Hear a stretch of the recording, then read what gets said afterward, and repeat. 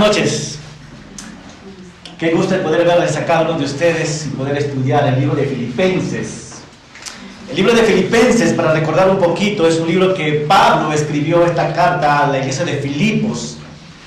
Y es una carta realmente que me ha animado. Estamos entrando al capítulo 4. Es una carta que me ha animado muchísimo. Es una carta que realmente me ha confrontado. Y al llegar al capítulo 4, en este punto que vamos a ver, me sigue confrontando. Y mi meta para mí es que yo siga creciendo, pero que ustedes también puedan crecer en estas enseñanzas que vamos a estar viendo hoy día. Así que hoy vamos a estar viendo Filipenses capítulo 4, versículo 1 al 9, y el tema que le he puesto a este mensaje es el contentamiento. El contentamiento. Puede ser el contentamiento como persona o el contentamiento dentro de la iglesia. Pero el Señor nos va a hablar muchísimo en estos pasajes que vamos a estar viendo del capítulo 4, el versículo 1 al 9. A manera de introducción, el capítulo 4 realmente nos habla de muchas exhortaciones que el Señor va a estar dando a la iglesia de Filipos. Y no solamente exhortaciones, sino va a animar a la iglesia.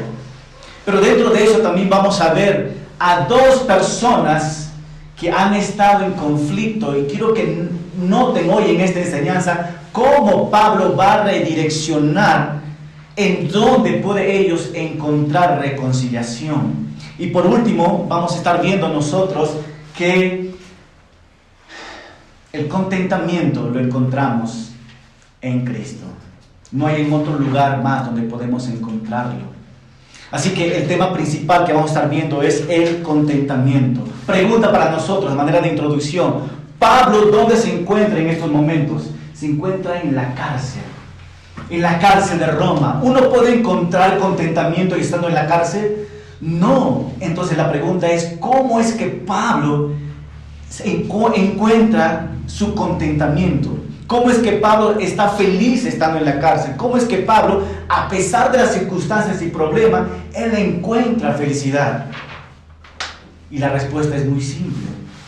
El verdadero contentamiento que Pablo experimentó lo encuentra en Cristo. Y este mensaje sigue latente el día de hoy. Así que si queremos ser personas contentas, si queremos ser personas contentas que siempre están dando frutos, debemos aprender a tener confianza. ¿Sabes en quién? En Cristo. No solamente en Cristo, pero también lo que Él revela en su palabra.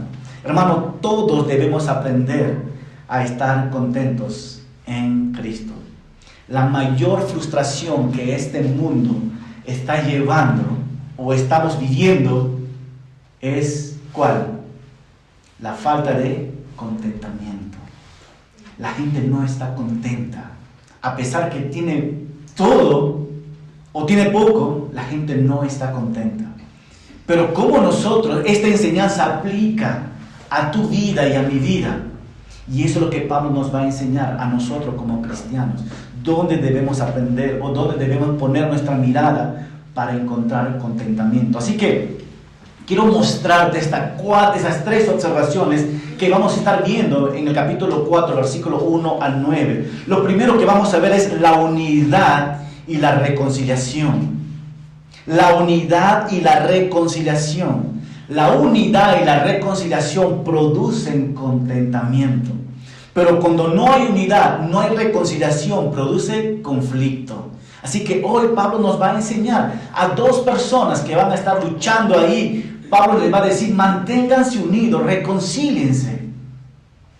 La segunda observación que vamos a estar viendo es el verdadero contentamiento. Y la pregunta es: ¿dónde encontramos el verdadero contentamiento? Pablo, una vez más, nos va a dirigir dónde está su contentamiento y cómo él nos quiere compartir esta verdad. Número 3, renovando o la renovación de nuestra mente. Es importante vivir una vida de contentamiento, pero también reconocer que nuestras mentes necesitan ser ¿qué?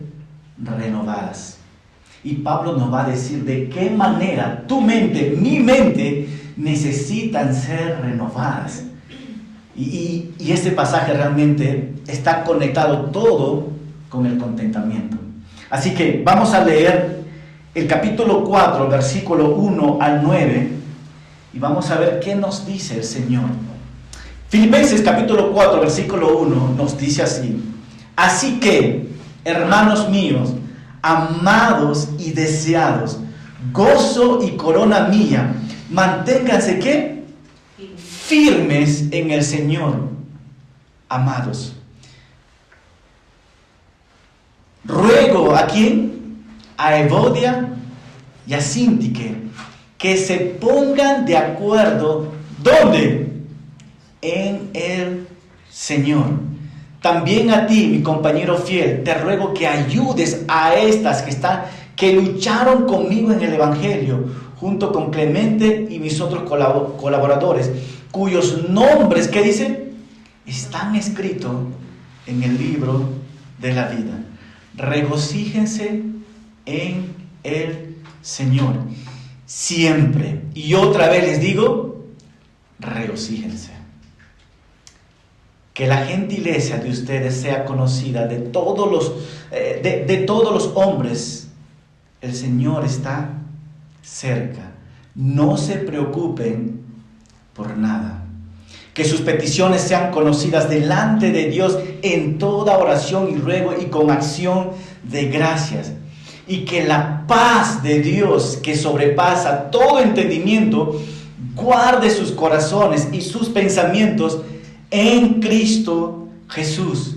Por los demás, hermanos, piensen en todo lo que es verdadero, en todo lo honesto, en todo lo justo, en todo lo puro, en todo lo amable, en todo lo que es digno de alabanza.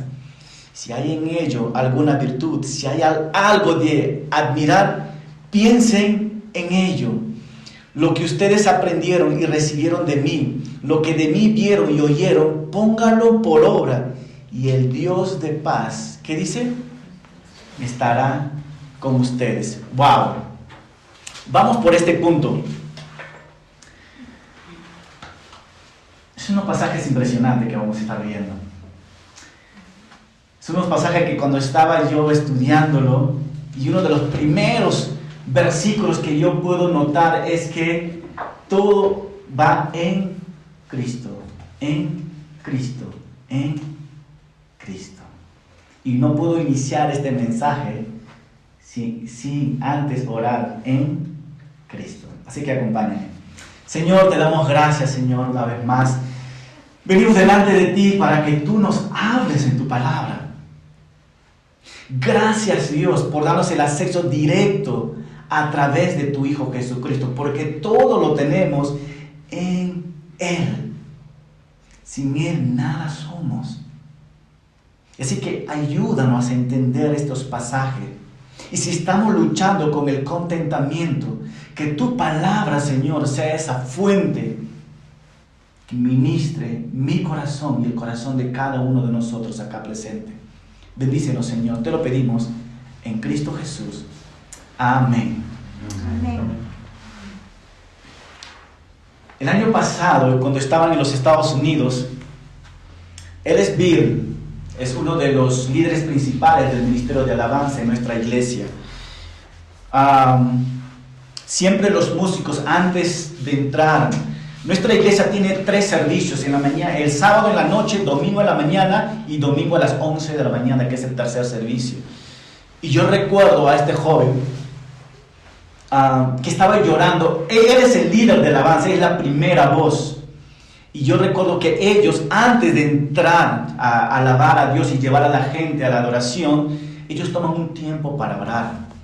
Y siempre el líder de alabanza es que él dirige, ¿verdad?, la oración antes que ellos pasen al estrado. Y yo recuerdo haberlo visto a Bill, que él no podía orar. Y la pregunta es ¿por qué? Le costaba orar. Y la razón era porque su hijo estaba pasando por una enfermedad muy grave días antes. Y él tenía que orar y él tenía que llevar a la iglesia a la adoración. Y la pregunta, pues, ¿cómo hacemos cuando estamos pasando por problemas duros y difíciles. Y yo recuerdo que el pastor Eric, sabiendo lo que estaba pasando, se acercó, lo abrazó y todos juntos oraron. Y básicamente le dijo: pon tu mirada en Cristo y manténgate firme en Él. Y cuando él pasó, la alabanza era impresionante, porque este chico estaba poniendo su mirada en Cristo. Y en los pasajes que vamos a estar viendo es la exhortación que Pablo va a dar a ti y a mí como iglesia cuando pasamos por momentos difíciles o cuando pasamos por momentos que no estamos contentos con la vida. Y Pablo nos va a enseñar hoy en estos pasajes. Así, lo que primero vamos a ver es la unidad y la reconciliación. Pero fíjate en el primer versículo, que dice: así que, hermanos míos. ¿Cómo entra Pablo con esto? ¿No ven ustedes el corazón de Pablo? ¿Cómo lo llama? Primeramente, hermanos. Y de verdad son hermanos. Ya hemos visto nosotros, la hermandad no está por el Padre físico que tú y yo tenemos, sino por el Padre celestial que nos une. Por eso somos, ¿qué? Hermanos. Yo puedo decir a cada uno como hermanos y hermanos míos. Pero todo pastor tiene que aprender a decir estas palabras también. Así que, hermanos míos. ¿Y qué más? Amados. ¿Ves el corazón de un pastor ahí? El pastor sabe amar a sus ovejas. Y Pablo está representando a Jesucristo como un buen pastor. Está diciendo amados. ¿Y qué más dice? Y deseados. Pablo deseaba ver a la iglesia. Pablo deseaba ver a cada uno de ellos. Deseaba. Y cada vez que pensaba en ellos también decía: con gozo. Con gozo. ¿Por qué uno se goza? ¿Ustedes recuerdan cuando la primera vez Pablo llegó a Filipos? Lo maltrataron, lo encarcelaron, lo hicieron de todo. Pero cuando personas empezaron a entregar su vida a Cristo, ¿cuál fue el gozo de Pablo? Ver a estas personas salvas. Y eso es el gozo que todo pastor experimenta también. Pero ¿qué más dice? Corona mía. Y Pablo expresa esta corona mía diciendo: mira, lo que ustedes han recibido en Cristo, han entregado su vida a Cristo, ustedes son mis hermanos, pero son una corona que representa mío aquí en la tierra. ¿Y qué más dice Pablo? Manténganse, ¿qué? Firmes en el Señor. Y una vez más la palabra, ¿qué? Amados. En este versículo, ¿cuántas veces se repite la palabra amados? Hermenéuticamente, cuando hay dos veces repetición, presta mucha atención el corazón de la persona que está expresando. Es una carta de amor, es una carta de ánimo. Y Pablo está expresando esto. Pero manténganse firmes, ¿qué dice? En el Señor.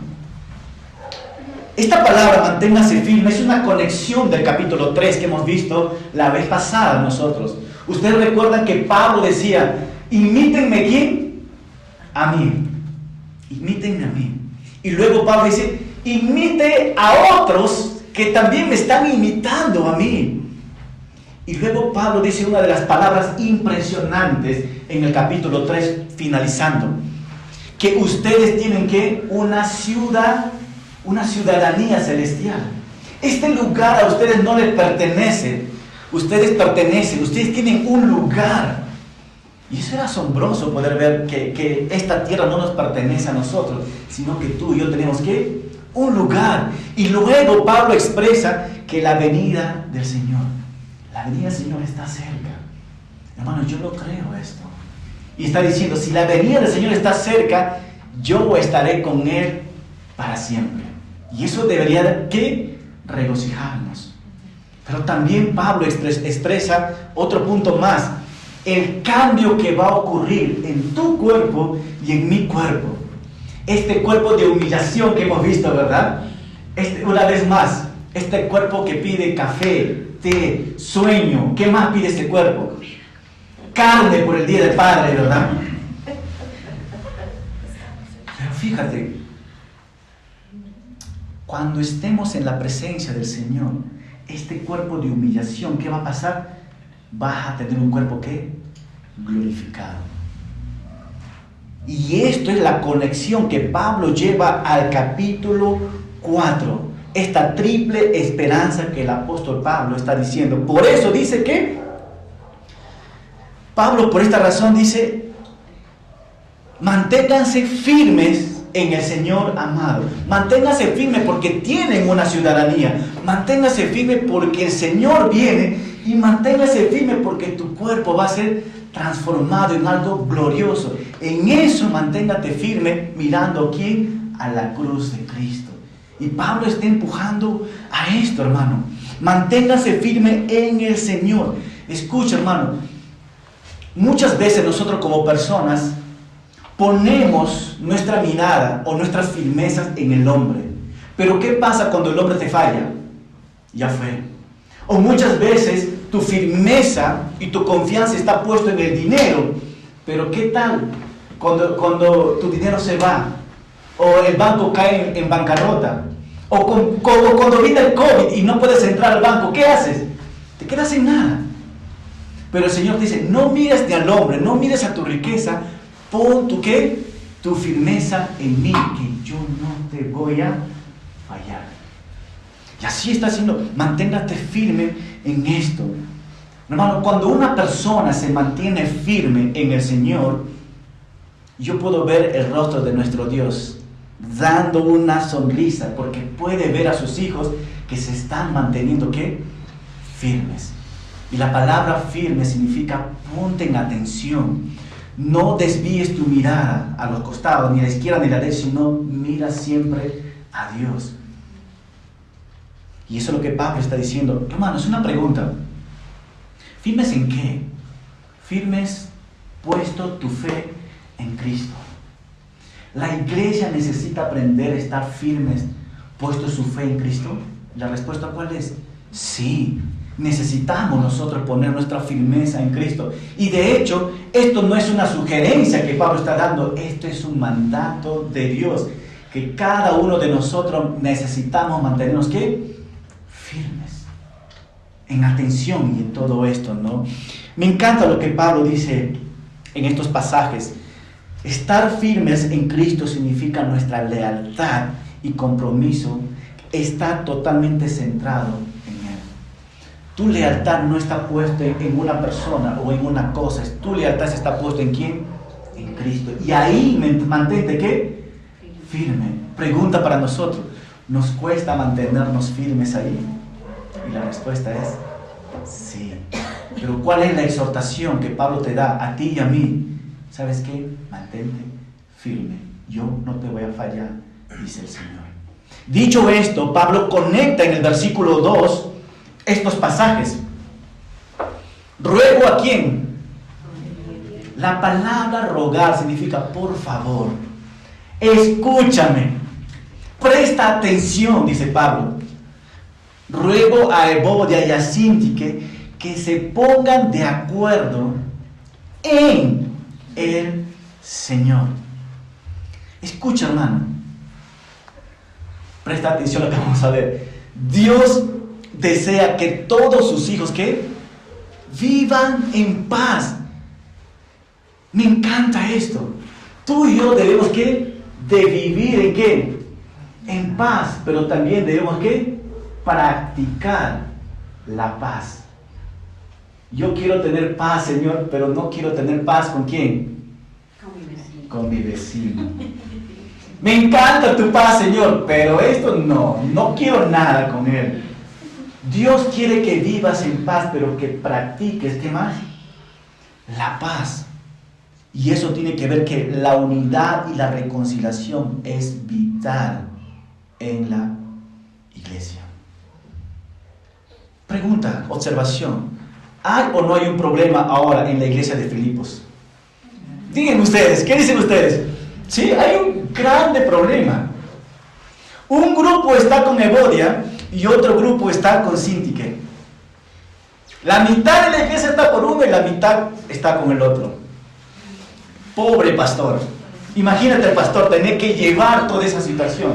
Pregunta, hermano, ¿hay o no hay problemas en la iglesia? Sí hay. Y claro, pueden decir amén, porque sí es verdad. Sí hay problemas.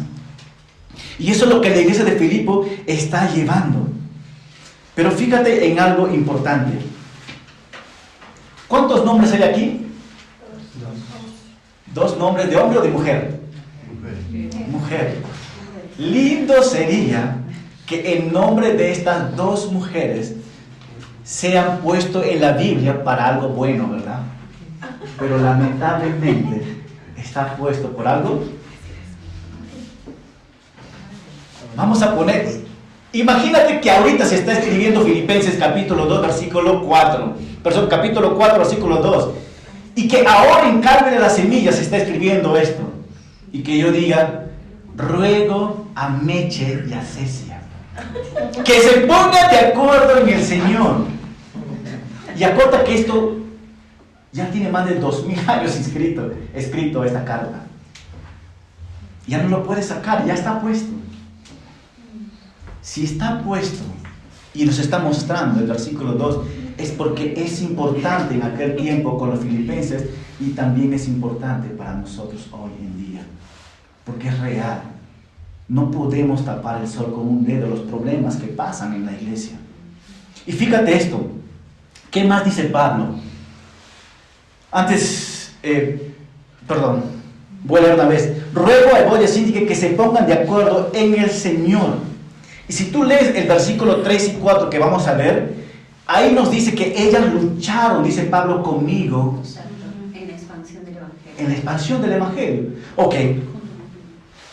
Pon tu mente ahora en este momento. Ahora, en el pasado, ¿ellas eran compañeros del Evangelio? Sí. ¿Fueron juntas a ganar almas por Cristo? Sí. ¿O hicieron mucha obra de evangelismo? Sí. ¿Comieron juntos? Sí. Cuando alguien entregaba su vida a Cristo, ¿ellos saltaron de alegría?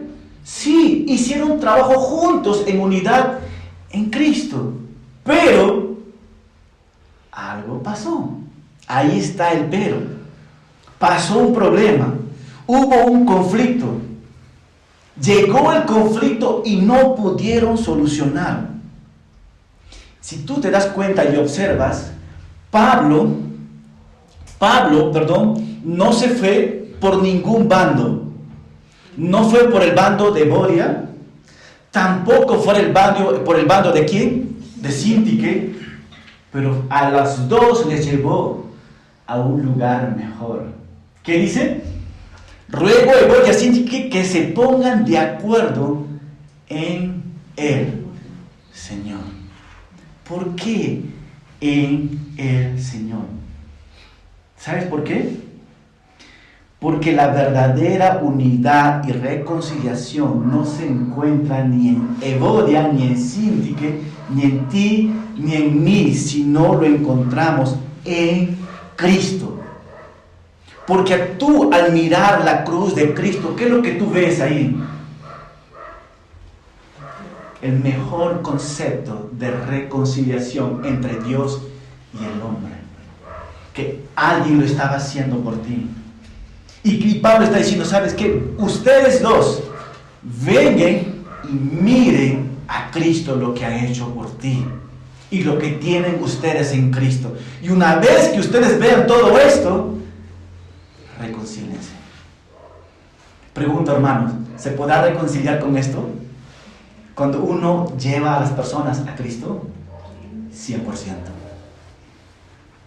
Cuando tú tengas un problema o te enfrentes con un problema, no trates tú de dar una solución. Lleva a las personas ¿a quién? A Cristo. Porque tú vas a estar en uno de estos dos bandos y vas a tener gravísimo problema. Pero necesitamos ir ¿dónde? A Cristo. En Cristo tú y yo vamos a encontrar esa reconciliación. Hermano, entonces, entre Evodia y Síntique, ¿es importante una reconciliación ahí? ¿Qué dicen ustedes?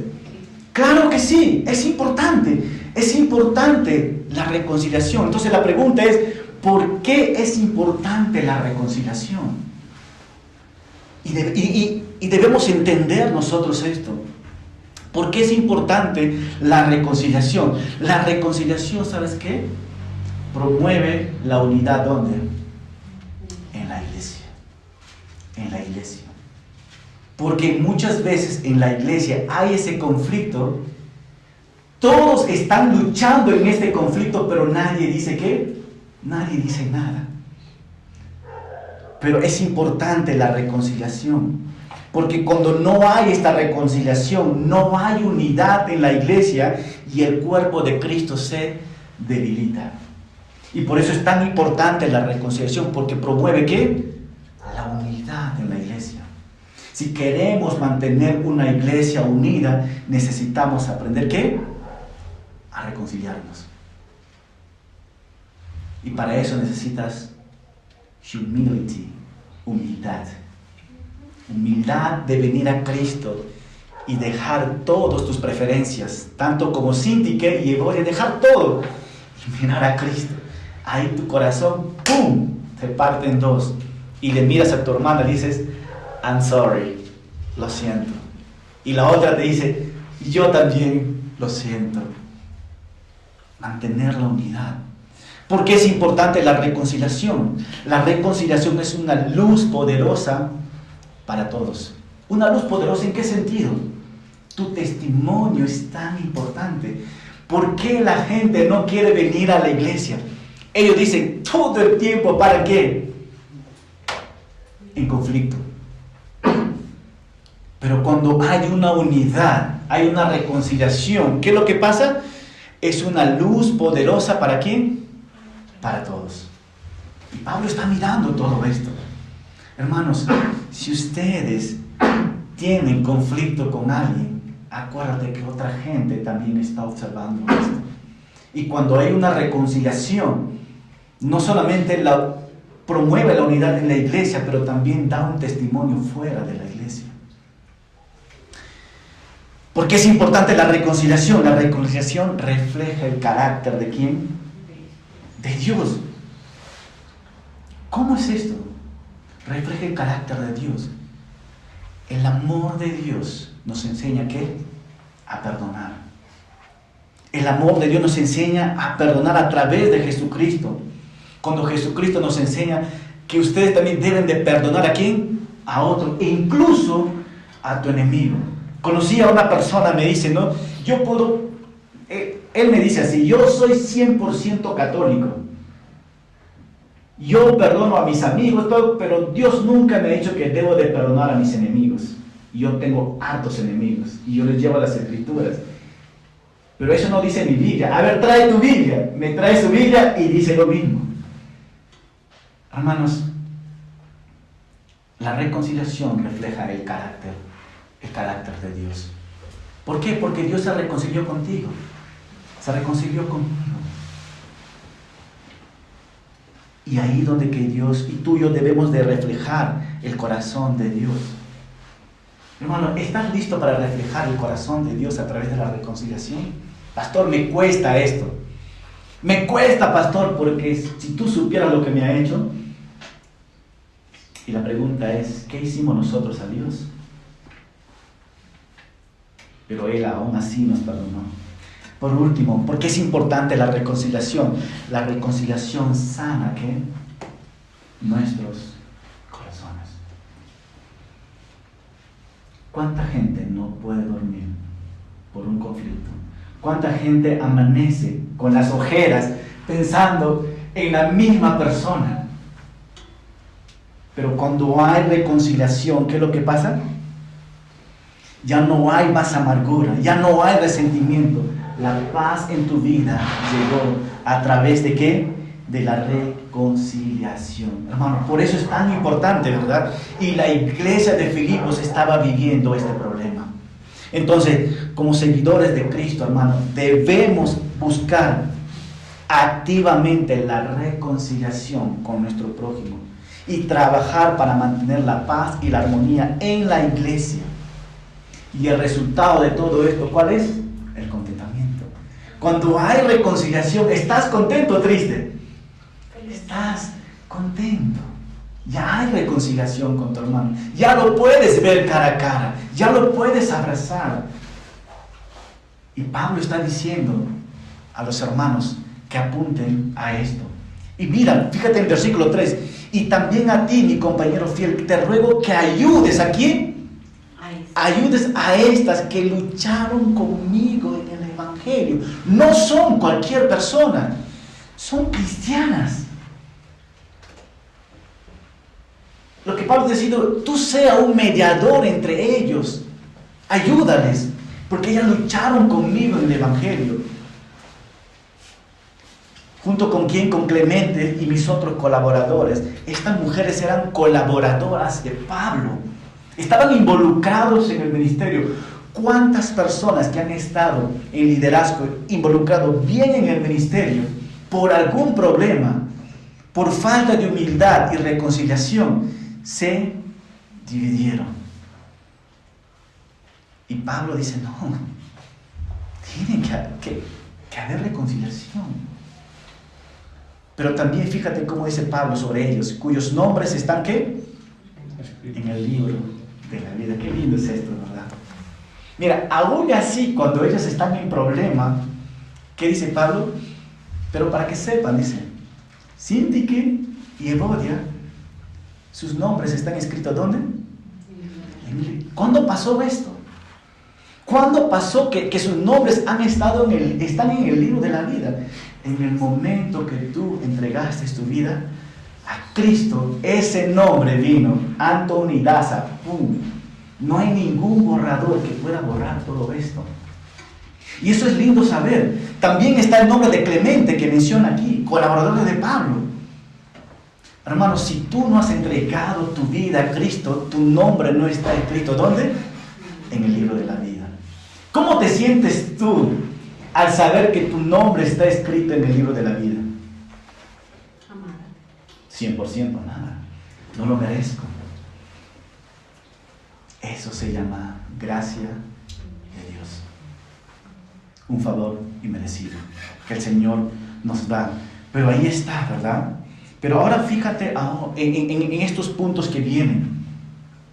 Pablo va a pasar de la unidad y la reconciliación, va a pasar al verdadero contentamiento. Y la pregunta es, ¿dónde encontramos el verdadero contentamiento? ¿Dónde tú y yo podemos encontrar? Fíjate lo que dice Pablo, capítulo 4, versículo 4.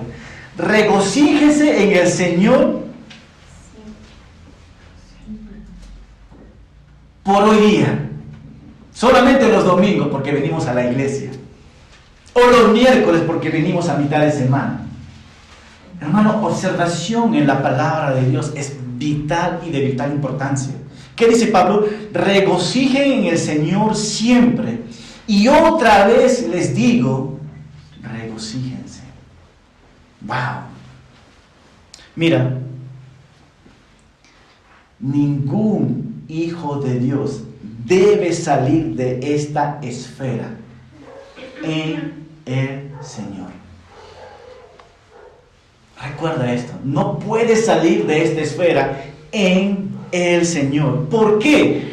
Porque allí es donde está el verdadero regocijo. ¿Dónde? En el Señor. Nunca salgas de esta esfera, porque es allí donde que tú y yo deberíamos, ¿qué? Estar. Y es allí donde que deberíamos estar para siempre. No por un momento, sino para siempre. Así que el gozo realmente, el gozo de Pablo no está basado con estar alegre o tener una actitud mental de ser positivo, ¿verdad? El gozo de Pablo estaba, escucha hermano, en la confianza de que Dios está en control. Y si Dios está en control de tu vida y de mi vida, yo debo tener ¿qué? Gozo. Y luego vamos a ver paz nosotros más adelante. Y debemos de gozarnos por esta buena noticia.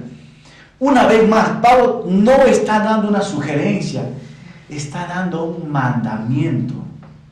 Regocíjense, ¿dónde? En el Señor. Y en el libro de Filipenses hemos visto varios ejemplos. Filipenses 1:4, 1:18, 1:25, 2:2, 2:16, 2:17, 2:18, 2:28. 4 versículos 5. Constantemente nos está diciendo, regocíjense en el Señor. Escucha, hermano, este versículo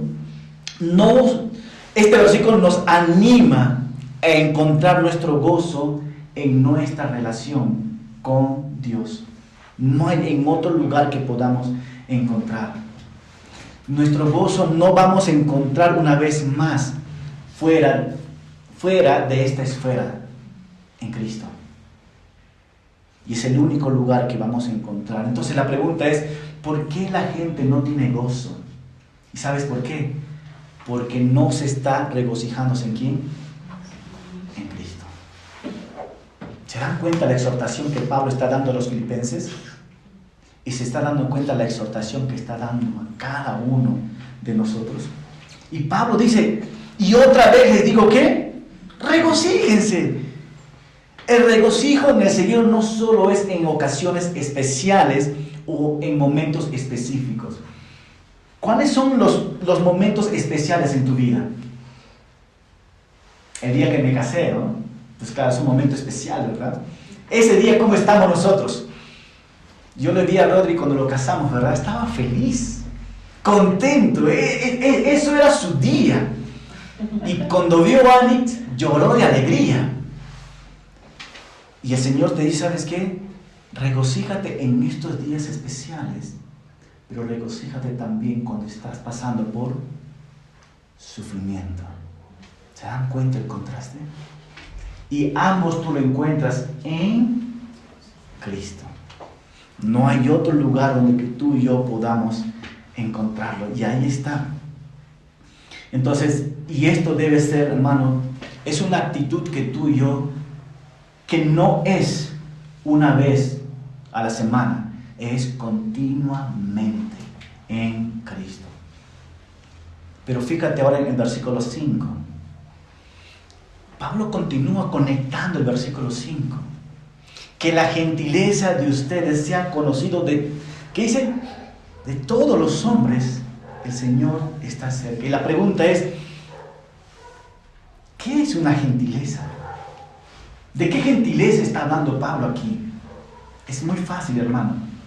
Mira, en la versión NTV dice así, que su amabilidad sea evidente ¿a quién?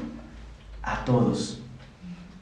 Que la gentileza de ustedes sea conocido de todos los hombres. En otra versión dice que su amabilidad sea ¿qué? Evidente a todos. ¿Qué quiere decir con esto? ¿Qué tan amable eres con la gente? Pastor, soy muy amable. Que todo el mundo vea que tú eres una persona ¿qué? Amable. Pero lamentablemente la gente ve otra cosa. No somos amables, sino somos ¿qué? Ustedes saben, ¿verdad? Que su amabilidad sea evidente.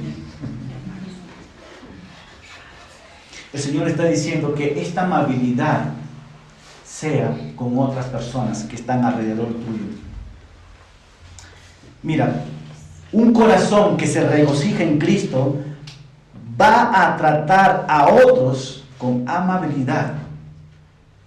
Pero un corazón que no está en Cristo va a tratar a su prójimo con palabras ásperas, duras y les falta el respeto.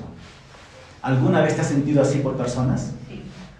¿Alguna vez personas te han maltratado con sus palabras? No han sido amables, ¿verdad? Han sido ásperos, han sido duros. Y tú dices, wow, ¿qué pasó acá? Estas personas no están viviendo en Cristo. Y por eso estas personas están siendo ásperos, duros, no respetan a nadie. Y Pablo dice que su amabilidad sea evidente a todo. Hermano, la gentileza del cristiano debe ser notoria en tu vida.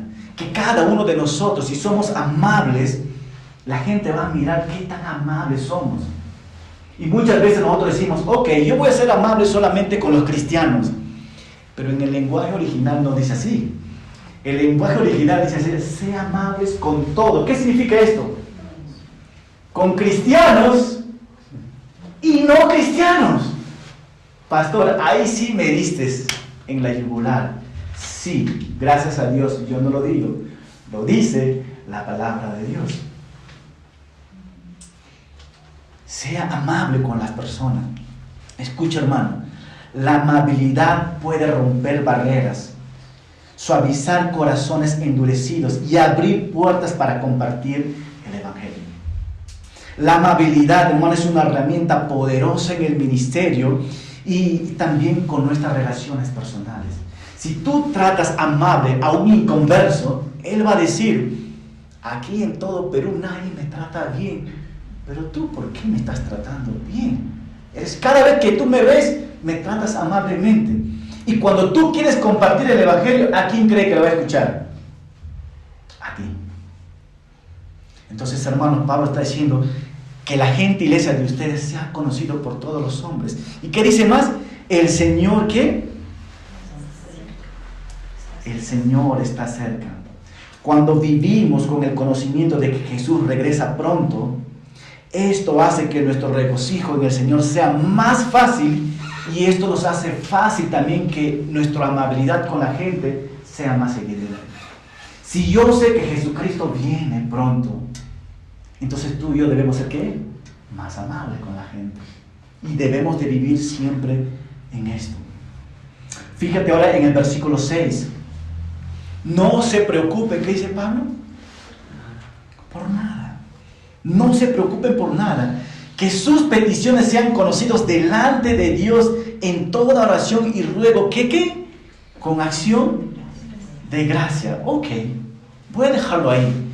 No se preocupen por nada. ¿A qué se refiere Pablo diciendo que no se preocupen por nada? En la versión Reina Valera, ¿qué dice? ¿Quién me ayuda? ¿Qué dice en la versión Reina Valera 1960?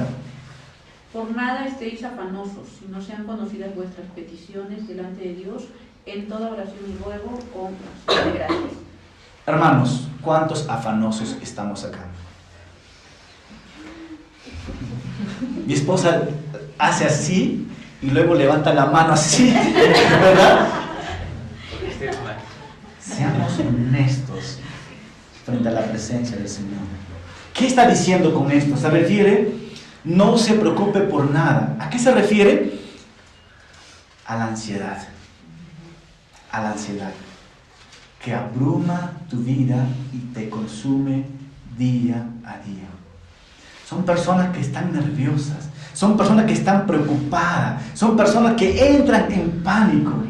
Pero escucha, hermano, este versículo, como lo voy a poner acá, este versículo, mira, debe leerse más como un estímulo.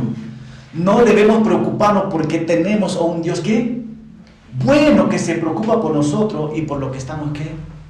Pasando.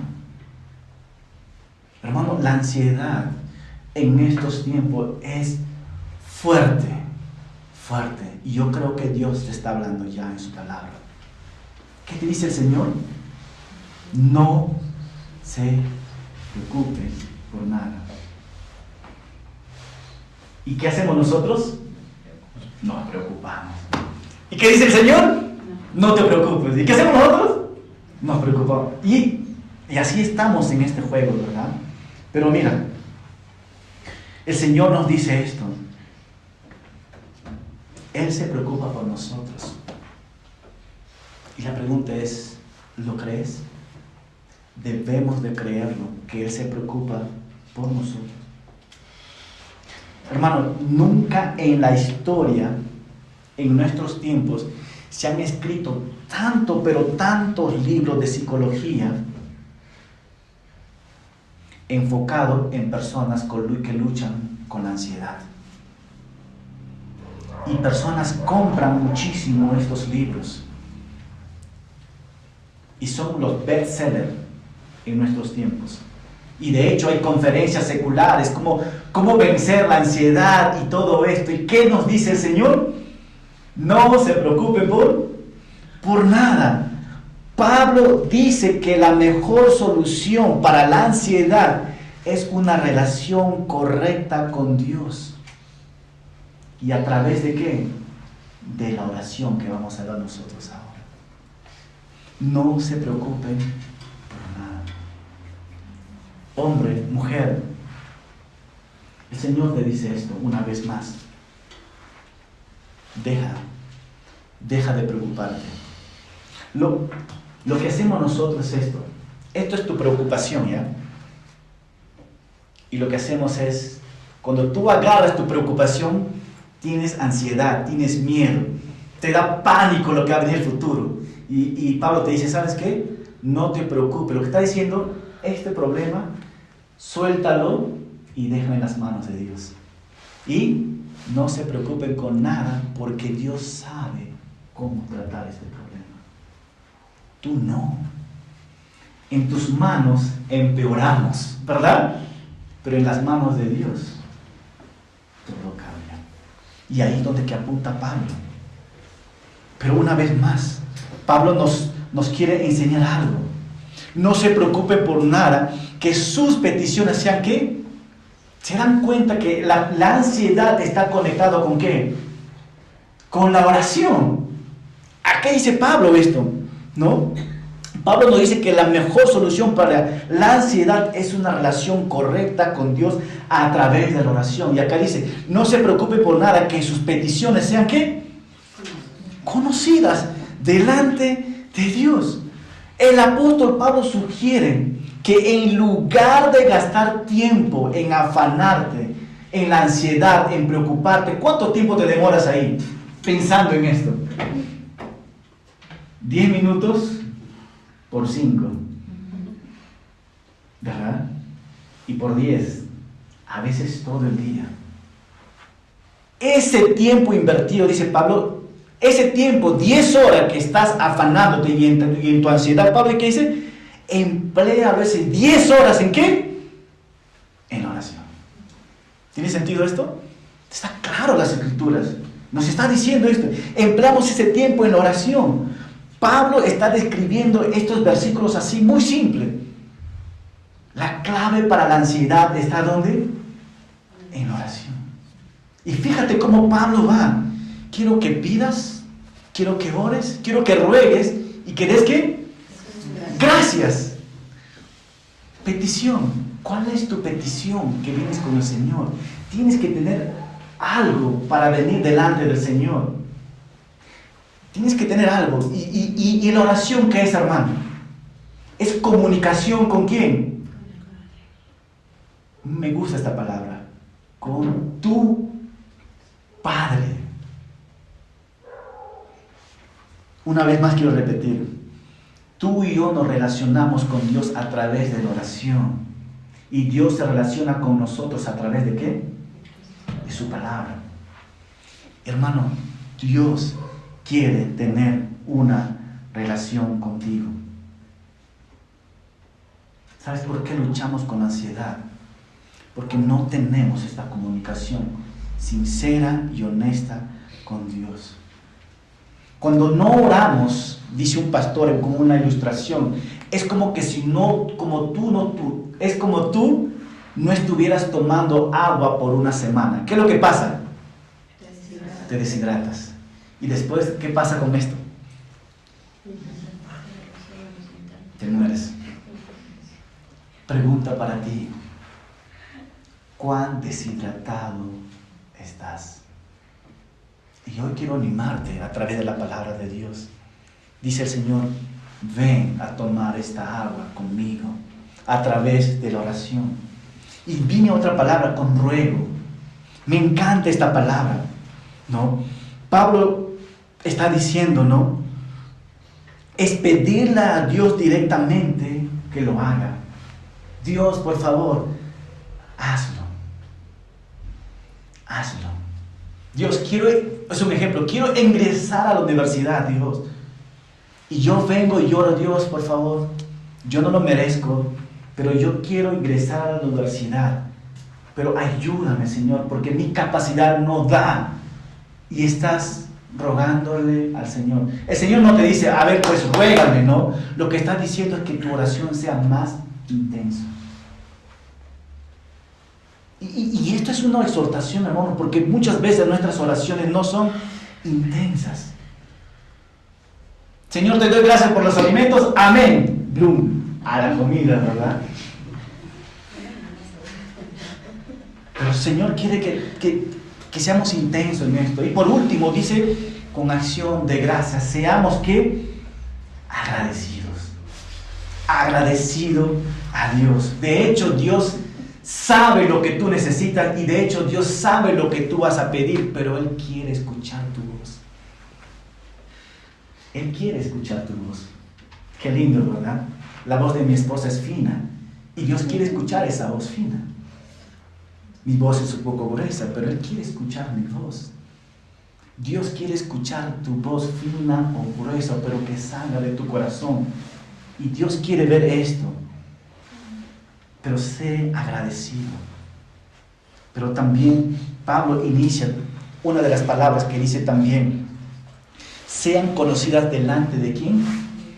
De Dios. Hermano, muchas veces cuando nosotros oramos, nos vamos por todas partes, por aquí, por Marte, por Júpiter, y a la final, amén, y no dijiste nada. Fíjate en esto, la oración de Ana. ¿Qué es lo que pidió Ana en su oración? ¿Fue específico? Sí, muy específico. Hermano, que tu oración sea ¿qué? Específica, que sean conocidas delante de Dios. Señor, yo quiero tener un hijo. Como Daniel, su oración era así, Dios, revélame tu palabra. ¿Y Dios qué? Lo reveló, fue muy específico.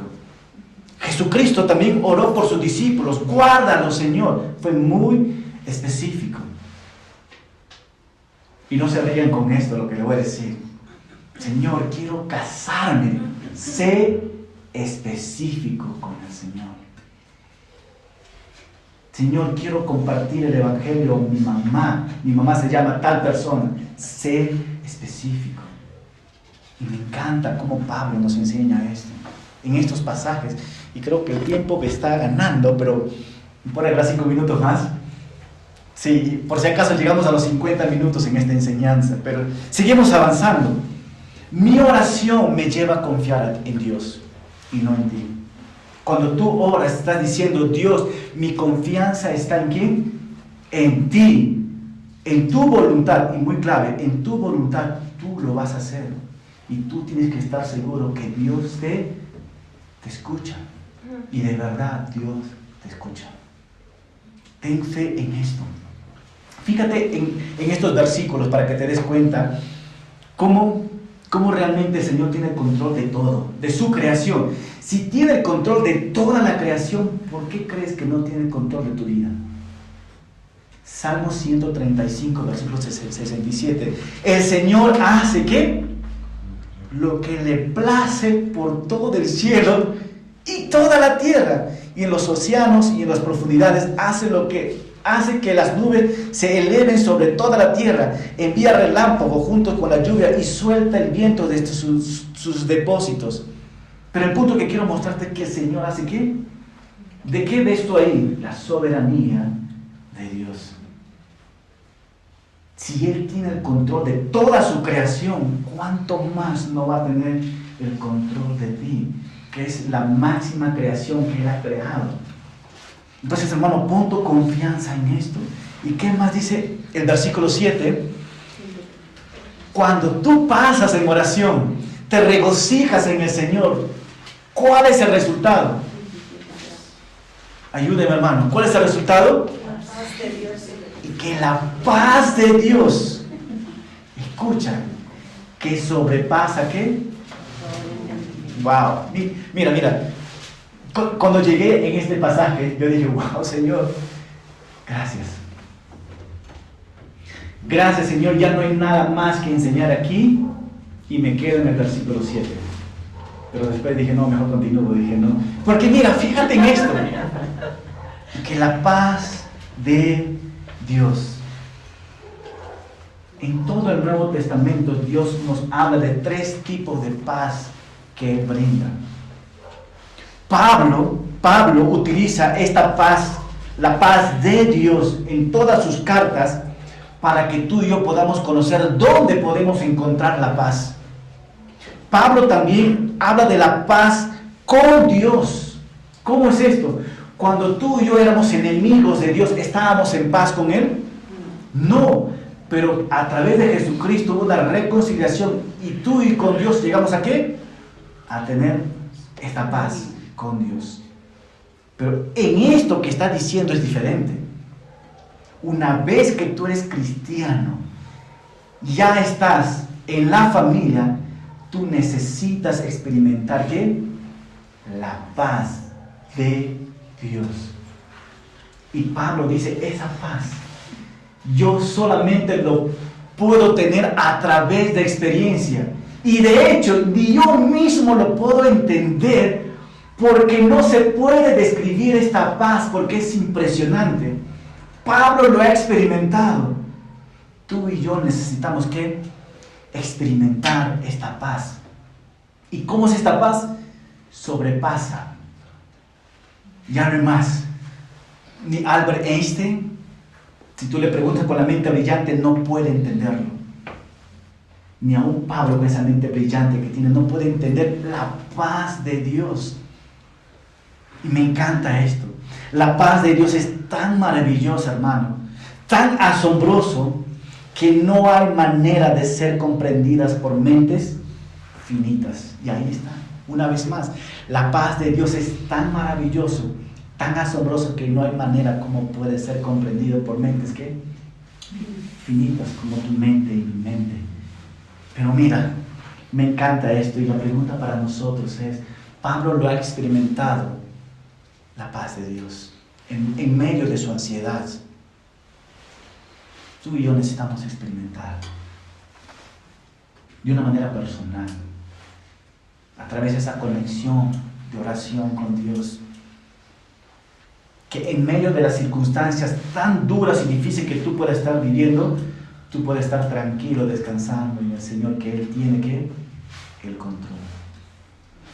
Y es la verdad esto. Pastor, yo no tengo para comer mañana. Descansa en ¿qué? En el Señor. Y eso es lo que el Señor nos está diciendo. Es una exhortación para nosotros. Entonces, el verdadero contentamiento, ¿dónde lo encontramos entonces, hermano? En Cristo. En Cristo. El verdadero contentamiento no depende de las circunstancias externas, sino de nuestra relación con Dios. Y lo encontramos en Cristo. Y ahí debemos ser tú agradecidos, hermanos. Y para ir cerrando, ya, wow, impresionante esto. El verdadero contentamiento que hemos visto nosotros, ¿verdad? Pero quiero cerrar este versículo 8, que habla sobre la renovación de nuestra mente.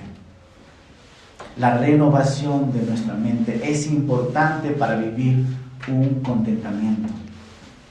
Renovar nuestra mente. Fíjate el versículo 8 que dice: por los demás, hermanos, piensen en todo lo que es verdadero, en todo lo honesto, en todo lo justo, en todo lo puro, en todo lo amable, en todo lo que es digno de alabanza. Si hay en ello alguna virtud y si hay algo que admirar, piense, ¿qué dice? En ello. Hermano, la renovación de nuestra mente habla de una mente bíblica, una mente que está en proceso de ser transformado. Y la manera de poder ser transformado es a través de ¿qué? De la palabra de Dios. La palabra de Dios moldea nuestro corazón, moldea nuestros pensamientos, moldea tu actitud y mi actitud. Y eso es lo que hace la palabra de Dios. Y Pablo dice, por los demás hermanos. Por los demás hermanos. Y nos da una lista de ¿qué? De virtudes. Alguien dijo como en una manera de ilustración, habla de un collar, que cada uno de los cristianos debe utilizar un collar con estas virtudes: amable, verdadero, ¿qué más? Dice honesto, justo, puro, amable, digno de alabanza. Todo cristiano debe andar con ¿qué? Con este collar que pueda demostrar su vida, que pueda ser evidente. Y no podemos demostrarlo si no estamos en Cristo. Una vez más, todo esto es producto de una relación íntima. ¿Con quién? Con Cristo. Si no tenemos una relación íntima con Cristo, no vas a tener este collar en términos ilustrativos. Cada cristiano debe demostrar estas cosas, estas cualidades. Entonces, una vez más, hermano, todo es producto ¿de qué? De una relación íntima con nuestro Señor Jesucristo. Y para ir cerrando, la renovación de nuestra mente. ¿Es importante o no es importante renovar nuestra mente, hermanos? Y la respuesta es sí. La importancia de la renovación de nuestra mente. La Biblia realmente nos llama constantemente a renovar ¿qué? Nuestra mente. Romanos 12:2, ¿qué nos dice? No os conforméis a este mundo, sino transformaos por medio de la renovación de vuestro entendimiento. Hermano, la renovación de la mente nos permite discernir y entender ¿qué? La voluntad de Dios. Cuando tú no tienes una mente renovada, no puedes discernir la palabra de Dios y no puedes discernir lo que es la voluntad de Dios, porque la palabra de Dios nos capacita para vivir una vida que agrada a Dios. Entonces, la importancia de la renovación de la mente es vital, hermano. Tú y yo debemos estar en constante ¿qué? Renovación de nuestra mente.